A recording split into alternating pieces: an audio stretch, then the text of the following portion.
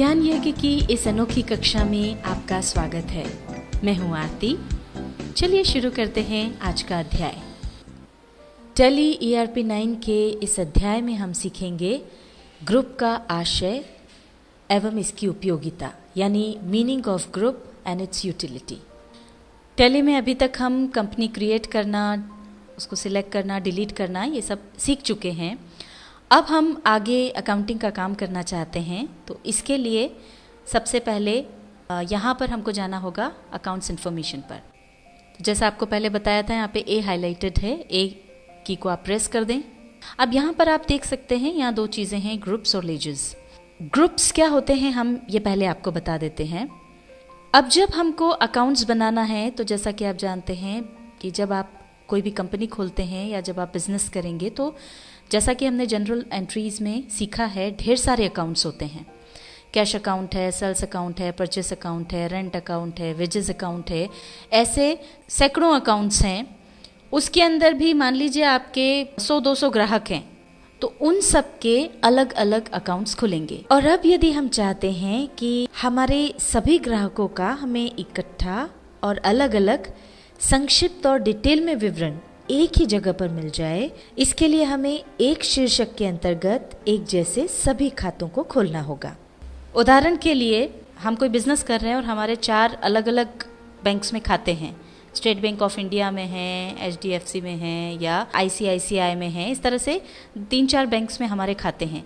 अब हमको अगर वो देखना है, तो या तो अलग अलग बैंक का खाता हम अलग अलग ढूंढें, या फिर चूंकि ये सारे ही बैंक अकाउंट्स हैं, तो इनको एक ग्रुप के अंतर्गत डाल दिया जाए और इसको एक हेडिंग दे दिया जाए, बैंक अकाउंट। इससे हमारा काम हो जाता है आसान। तो यही चीज़ टैली सॉफ्टवेयर में आपको मिलती है। आइए देखते हैं कैसे। ये ग्रुप्स पर जब आप जाएंगे, डिस्प्ले पर हम देखते हैं ये ग्रुप्स की लिस्ट है, जिसके अंतर्गत आपको ढेर सारे ग्रुप्स मिल जाते हैं। ये देखिए यहाँ पर है बैंक अकाउंट्स। अब आपके जितने भी बैंक अकाउंट्स हैं वो इस ग्रुप हेडिंग के अंतर्गत आपको मिल जाएंगे। अब अगर आप एक साथ देखना चाहते हैं कि आपके सारे जो बैंक अकाउंट्स में हैं उसमें टोटल मिलाकर के कितना रुपया है, तो वो एक साथ आप देख सकते हैं।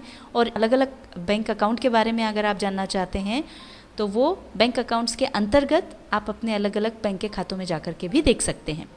एक और उदाहरण हम लेते हैं।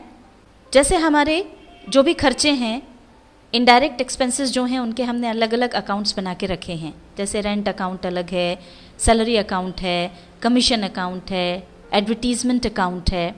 अब ये सारे अलग अलग अकाउंट्स हैं, पर चूंकि इनका प्रकार एक ही है, ये सारे के सारे इनडायरेक्ट एक्सपेंसेस हैं, तो यहाँ पर आपको मिलता है इनडायरेक्ट एक्सपेंसेस का ग्रुप। इन सारे अकाउंट्स को आप इस ग्रुप के अंतर्गत डाल सकते हैं। और जब भी आपको सारे इनडायरेक्ट एक्सपेंसेस से जुड़े हुए अकाउंट्स देखना हो, तो आप इस पर चले जाएं और टोटल आपका इनडायरेक्ट एक्सपेंस जो हुआ है वो भी आप देख सकते हैं।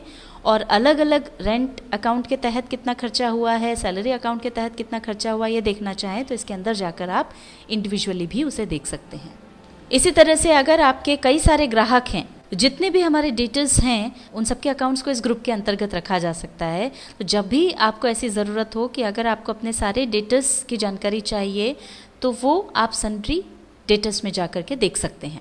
और अगर उनके बारे में या किसी पर्टिकुलर डेटर के बारे में आपको जानकारी चाहिए, तो फर्दर उसके अंदर आप जाते जाएंगे तो आपको वो इन्फॉर्मेशन भी मिलती जाएगी। इस प्रकार से हमने ये समझा कि जो एक ही प्रकार के खाते हैं, उनको एक ही हेड या एक ही ग्रुप के अंतर्गत रखा गया है। और टैली में काम करते वक्त जब भी हम कोई खाता बनाएंगे, तो हमको इसमें से कौन से ग्रुप के अंदर वो खाता आता है, वो ग्रुप चुनना होगा।